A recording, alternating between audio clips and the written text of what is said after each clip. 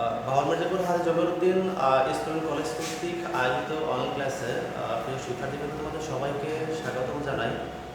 আশা করি সবাই ভালো আছো, আমিও আলহামদুলিল্লাহ ভালো আছি। তো আমাদের আজকের টপিক হলো সেন্টেন্স। তো তোমরা সবাই তোমাদের সবাই সেন্টেন্স সম্পর্কে খুব ভালো ধারণা রাখো আশা করি। তো সেন্টেন্স বলতে আমরা আসলে কী বুঝি অ্যাকচুয়ালি? সেন্টেন্স হলো একটা বাক্য। বাক্য বাক্য কাকে বলে? কয়েকটা শব্দ পাশাপাশি বসে যদি মনের ভাব সম্পূর্ণ প্রকাশ করে তাহলে বাক্য বলে, সেন্টেন্স বলে। তো একটু খেয়াল করো, আমি কয়েকটা সেন্টেন্স লিখছি।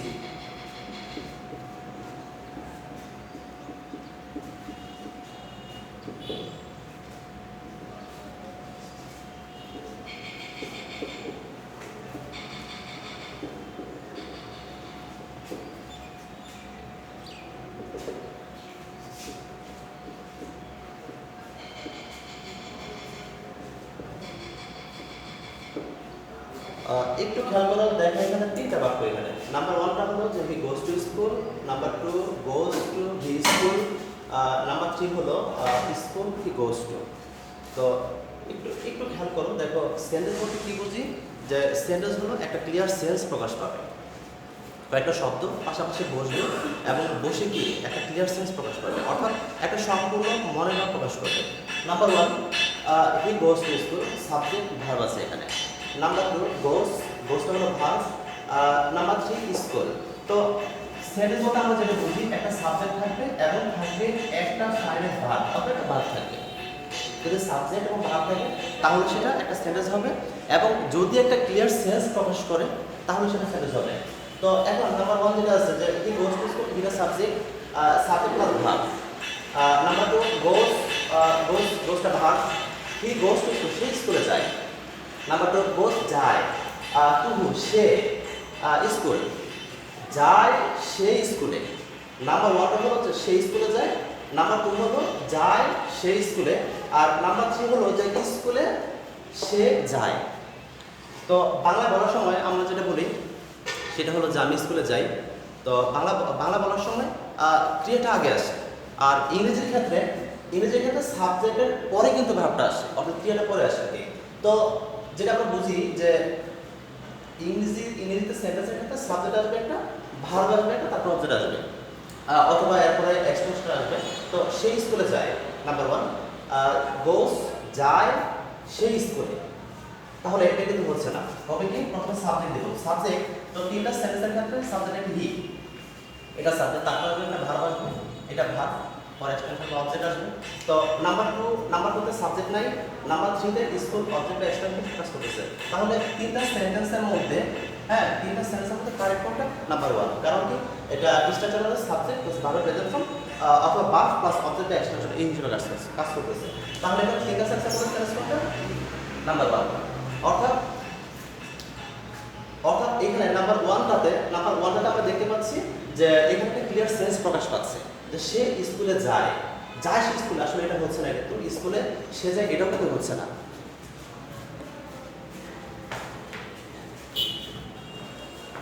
আচ্ছা, এবার আমরা একটু খেয়াল করি যে এই যে সেন্টেন্সটাকে আমরা দুই ভাগে বিভাজন করে থাকি। নাম্বার ওয়ান, একটা হলো অর্থগত, আর নাম্বার টু হলো গঠনগত দিক থেকে। তো অর্থগত দিক থেকে সেন্টেন্সকে আমরা 5 ভাগে ভাগ করে থাকি, আর গঠনগত হলো 3 প্রকার। তো তোমরা সবাই জানো যে অর্থগত 5 প্রকার। সেটা হলো, এক নম্বর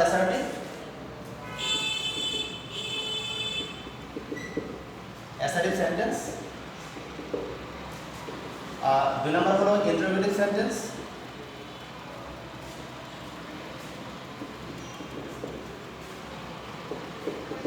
নাম্বার 3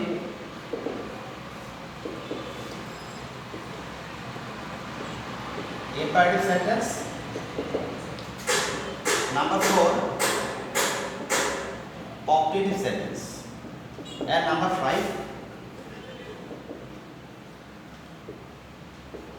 exclamatory sentence. আচ্ছা, আমি আবার একটু ব্যাক করি যে আমরা সেন্টেন্সটাকে দুই ভাগে বিভাজন করে থাকি। নাম্বার 1 হলো অর্থগত, নাম্বার 2 হলো গঠনগত। অর্থগত দিক থেকে সেন্টেন্সকে আমরা 5 ভাগে ভাগ করে থাকি। নাম্বার 1 এক নম্বর অ্যাসার্টিভ সেন্টেন্স, 2 নম্বর ইন্টারোগেটিভ, 3 নম্বর ইম্পারেটিভ, 4 নম্বর অবজেক্টিভ, আর ফাইনালি 5 নম্বর হলো এক্সটেন্ডেড সেন্টেন্স। তো অ্যাসার্টিভ বলতে আমরা কি বুঝি? অ্যাসার্টিভ হলো বিবৃতিমূলক বাক্য, অর্থাৎ কোনো সেন্টেন্স দ্বারা যদি কোনো বিবৃতি বা বর্ণনা বোঝায়, আচ্ছা সেটা কি হতে পারে? আমি স্কুলে যাই, আমি খাই, সে যায়, তারপর সে ফুটবল খেলে, হ্যাঁ এই টাইপের যে সেন্টেন্সগুলো এগুলো অ্যাসার্টিভ সেন্টেন্স। অর্থাৎ কোনো সেন্টেন্স দ্বারা যদি কোনো বিবৃতি অথবা বর্ণনা বোঝায় সেটা হবে অ্যাসার্টিভ সেন্টেন্স। ইন্টারোগেটিভ হলো প্রশ্নবোধক বাক্য। তুমি কি স্কুলে যাও? তুমি কি ভাত খেয়েছো? তুমি কি স্কুলে যাবে? তো স্বাভাবিকভাবে কিন্তু এগুলো প্রশ্ন বোঝাচ্ছে। অর্থাৎ কোনো সেন্টেন্স দ্বারা যদি কাউকে কোনো প্রকার প্রশ্ন করা অথবা প্রশ্ন জিজ্ঞাসা করা বোঝায় সেটা হবে ইন্টারোগেটিভ সেন্টেন্স। আর ইন্টারোগেটিভ সেন্টেন্সটা আমরা দুইভাবে শুরু করি। একটা হলো অক্সিলারি ভার্ব দিয়ে, হ্যাঁ একটা হলো অক্সিলারি ভার্ব, আর নাম্বার 2 হলো ডমিনেন্ট ওয়ার্ড। আবার বলতেছি, একটু খেয়াল করো। ইন্টারোগেটিভ হলো প্রশ্নবোধক বাক্য। কোনো সেন্টেন্স দ্বারা যদি কাউকে কোনো প্রকার প্রশ্ন করা অথবা প্রশ্ন জিজ্ঞাসা করা বোঝায় সেটা হলো ইন্টারোগেটিভ সেন্টেন্স। তো এই ইন্টারোগেটিভ সেন্টেন্সটা দুইভাবে হয়। নাম্বার 1 হবে অবজেক্টিভ ভার্ব দিয়ে, নাম্বার 2 হবে ডমিনেন্ট ওয়ার্ড দিয়ে। এবং সেন্টেন্সের শেষে অবশ্যই একটা প্রশ্নবোধক চিহ্ন থাকবে। তাহলে কি সেটা হবে ইন্টারোগেটিভ সেন্টেন্স। অক্সিলারি, এখন আসলে একটা অক্সিলারি ভার্ব। অক্সিলারি বলতে আমরা কি বুঝি আসলে? অক্সিলারি হলো সাহায্যকারী ক্রিয়া। সাহায্যকারী বলতে কি বুঝি আমরা? যে ভার্ব অন্য ভার্বকে সাহায্য করে তাকে বলে সাহায্যকারী ভার্ব। এখন এই অক্সিলারি ভার্বটাকে আমরা আবার ভাগ করা হয়েছে 4 প্রকার। একটু খেয়াল করো সবাই। অক্সিলারি ভার্বকে আমরা ভাগ করা হয়েছে 4 ধরনের। আচ্ছা, number 1 to be, number 2 to do, number 3 to have, and number 4 model auxiliary.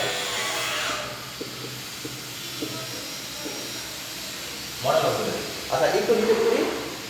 আমরা তো বলতেছিলাম ইন্টারোগেটিভ থেকে। ইন্টারোগেটিভ কোনটা? ইন্টারোগেটিভ হলো প্রশ্নবোধক বাক্য, অর্থাৎ কোনো সেন্টেন্স দ্বারা যদি কাউকে কোনো প্রশ্ন করা অথবা জিজ্ঞাসা করা বোঝায় সেটা হলো ইন্টারোগেটিভ সেন্টেন্স। তো এটা শুরু হবে দুইভাবে শুরু হবে। নাম্বার 1 অক্সিলারি ভার্ব দিয়া, নাম্বার 2 হলো ডব্লিউএস ওয়ার্ড দিয়া। এখন এই অক্সিলারি ভার্ব 4 ধরনের। অক্সিলারি বলতে সাহায্যকারী ক্রিয়া বোঝায়। সাহায্যকারী কাকে বলে? যে ভার্ব অন্য ভার্বকে সাহায্য করে তাকে বলে অক্সিলারি ভার্ব। এই অক্সিলারি ভার্ব হলো 4 ধরনের। নাম্বার 1 টু বি, নাম্বার 2 হলো টু ডু, নাম্বার 3 হলো to have, and finally number 4 হলো মডেল অক্সিলারি। এখন একটু আমরা জানবো যে টু বি ভার্বগুলো কি কি। টু বি ভার্বগুলো হলো am, is, are, was, were, be, being, been. দেখো একটু খেয়াল করো। টু বি বলতে আমরা কি বুঝি? Am, is, are, was, were, be, being, been. এই কয়টা হলো টু বি ভার্ব। আচ্ছা এবার দেখো টু বি ভার্ব হলো ডু, ডাজ, ডু। দেখো সবাই, নাম্বার 1 টু বি। নাম্বার 1টা হলো to be verb. To be verb হলো am, is, are, was, were, be, being, been. এই কয়টা হলো টু বি ভার্ব। নাম্বার 2 হলো to do verb. To do verb হলো do, does, did. Do, does, did হলো to do verb. আচ্ছা একটু মুছে দেবে। আচ্ছা নাম্বার 3 হলো to have verb. To have verb হলো have, has, have. Number 3 auxiliary verb 4 ধরনের। তার মধ্যে number 1 to be, number 2 to do, number 3 হলো to have verb. To have verb হলো হ্যাভ, হ্যাজ, হ্যাভ। এই তিনটা। And finally modal auxiliary. আচ্ছা modal অক্সিলারিগুলো হলো can, could, may, might, shall, should,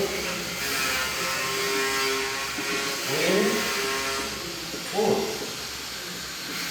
need, dare, ought to, going to, must এই কয়টা। তো দেখো 4 নাম্বারটা হলো মডেল অক্সিলারি। মডেল অক্সিলারি হলো can, could, may, might, shall, should, will, would, need, dare, ought to, going to, must. এই কয়টা হলো কি মডেল অক্সিলারি। তাহলে একটু খেয়াল করো যে আমরা একটু ব্যাক করি যে এগুলো আমরা কোথা থেকে আসছে, এগুলো আসছে আমরা ইন্ডিভিজুয়াল সেন্টেন্স থেকে। তো একটু ইন্ডিভিজুয়াল সেন্টেন্সটা আমরা একটু ব্যাক করতেছি। ইন্ডিভিজুয়াল হলো দুই ভাবে, নাম্বার 1 হলো অক্সিলারি ভার্ব, নাম্বার 2 হলো ডব্লিউএস ভার্ব। অক্সিলারি হলো 4 ধরনের, অক্সিলারি হলো 4 ধরনের। তার মধ্যে এক নাম্বার হলো to be verb. To be ভার্বগুলো হলো am is are was are, being been। Number 2 হলো to do verb, to do হলো ডু ডাজ ডিড। আর নাম্বার 3 হলো to have verb, to have verb হলো হ্যাভ হ্যাজ হ্যাড। আর number final হলো modal auxiliary. এই মডেল অক্সিলারি হলো can, could, may, might, shall, should, will, would, need, dare, ought to, going to, must. এই সবগুলোকে to be, to do, to have এবং modal auxiliary এই চারটাকে একত্রে বলা হয় অক্সিলারি ভার্ব। এবার একটু খেয়াল করো, এবার হলো ডব্লিউএস ভার্ব।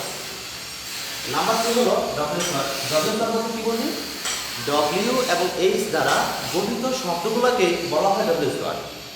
প্রিয় শিক্ষার্থীবৃন্দ আরো খেয়াল করো, ডব্লিউ এবং এইচ দ্বারা গঠিত শব্দগুলো হলো ডব্লিউএস ভার্ব। যে ওয়ার্ডগুলো দিয়া কোনো প্রশ্ন করা বা ইন্টারভিউ সেশন শুরু হয়, যেটা সেটা কি হতে পারে? সেটা হু হতে পারে, হুইচ হতে পারে, হোয়েন হতে পারে, হোম হতে পারে,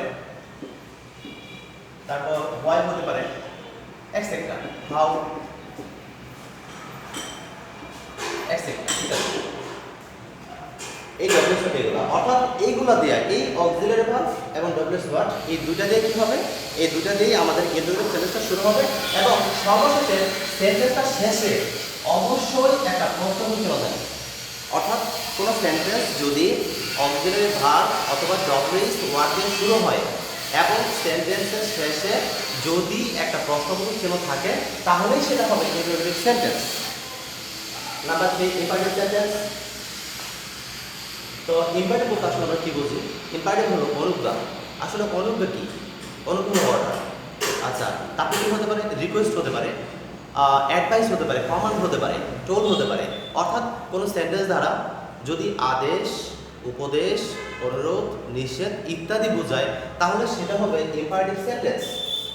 আবার বলতেছি, কোনো সেন্টেন্স দ্বারা যদি আদেশ, উপদেশ, অনুরোধ, নিষেধ ইত্যাদি বোঝায় সেটা হবে imperative sentence.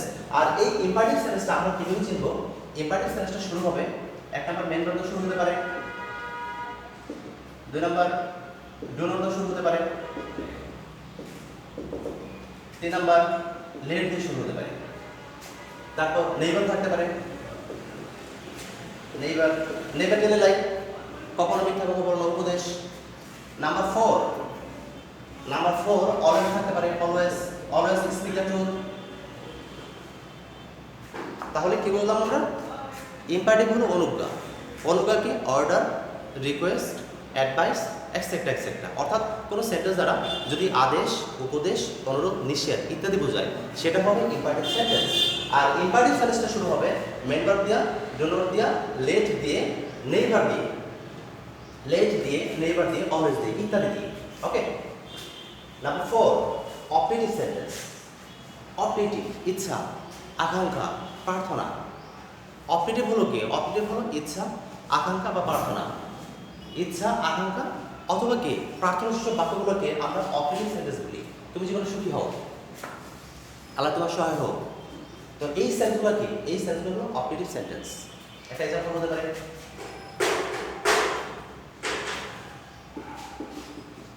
May Allah bless you, আল্লাহ তোমার সহায় হোক। তাহলে কোনো সেন্টেন্স দ্বারা যদি ইচ্ছা, আকাঙ্ক্ষা অথবা প্রার্থনা বোঝায় তাহলে সেটা হবে অপারেটিভ সেন্টেন্স। আচ্ছা, নাম্বার 5 হলো এক্সক্লেমেটরি সেন্টেন্স, বিস্ময়সূচক বাক্য। ইস কি সুন্দর প্লেস, ইস কি চমৎকার খেলেছে। আমরা অনেক সময় এই ধরনের এক্সপ্রেশন প্রকাশ করি, ওয়াও কি সুন্দর প্লেসটা, জায়গাটা কি সুন্দর, বাইরে কি সুন্দর, এই যে এক্সপ্রেশনগুলো প্রকাশ করি, ইস ছেলেটা অনেক দুঃখ পেয়েছে, অনেক সময় আমরা এগুলো বলি। তো এই যে এক্সপ্রেশনগুলো এগুলো কি?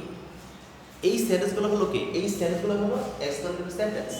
অর্থাৎ কোনো সেন্টেন্স দ্বারা যদি হঠাৎ কোনো আনন্দ, বেদনা, বিস্ময়, দুঃখ, কষ্ট ইত্যাদি বোঝায় তাহলে সেটা হবে exclamatory sentence.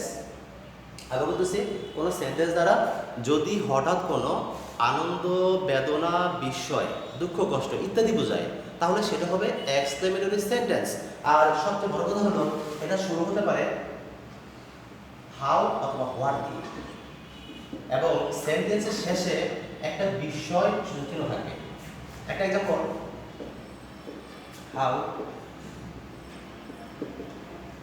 Beautiful the garden is, how beautiful the garden is, তাহলে সেন্টেন্সটা শুরু হয়েছে হাউ দিয়ে এবং সেন্টেন্সের শেষে একটা বিস্ময় চিহ্ন আছে। তাহলে বাগানটা কি সুন্দর, বাগানটা কি সুন্দর, বিস্ময় প্রকাশ করছে। তাহলে এই সেন্টেন্সটা কি হবে? এটা হবে এক্সক্লেমেটরি সেন্টেন্স। তো সেখানে কিন্তু এটা বলতেছিলাম যে সেন্টেন্সকে আমরা দুই ভাগে বিভাজন করে থাকি। নাম্বার 1 অর্থগতভাবে, নাম্বার 2 হলো গঠনগত দিক থেকে। অর্থগত দিক থেকে 5 প্রকার।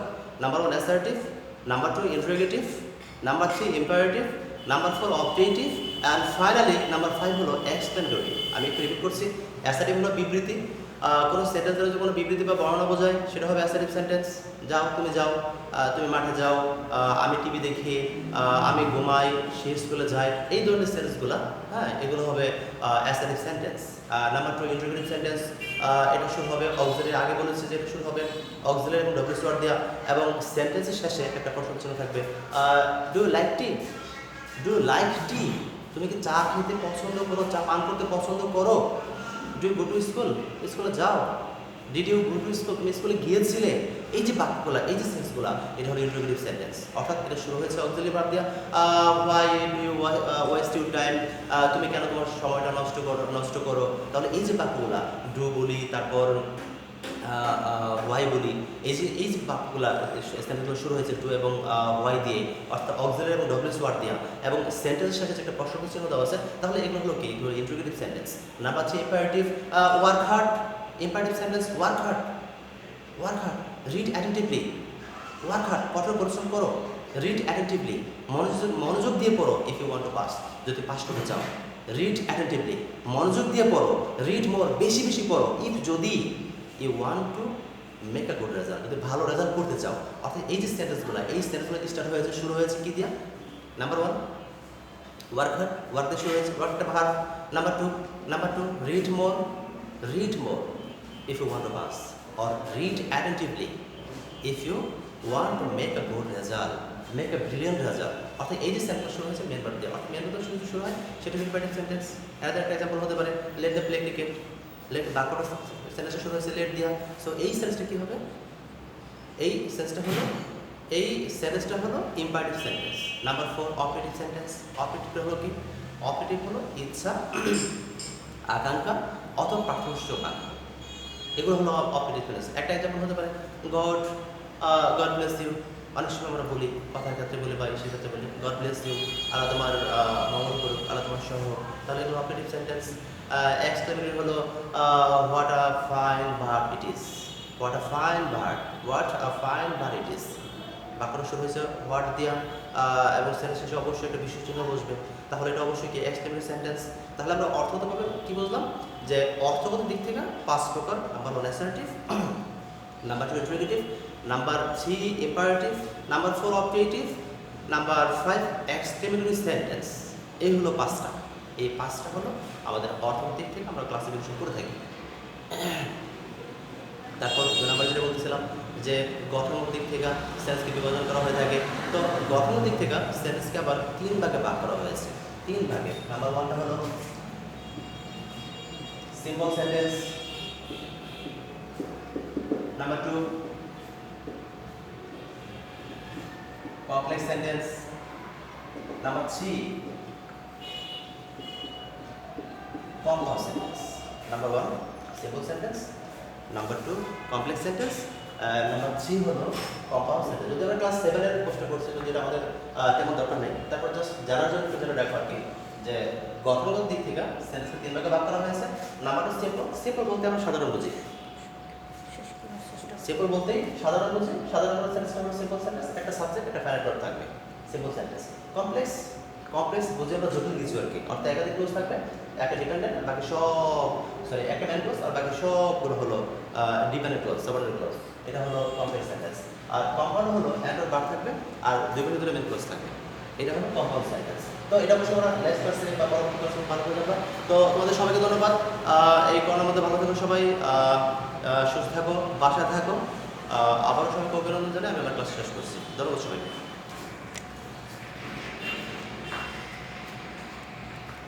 শেষ করে হয় না কেন বন্ধ করে শেষ হয়েছে বোধ হয় সেটা তো না হলে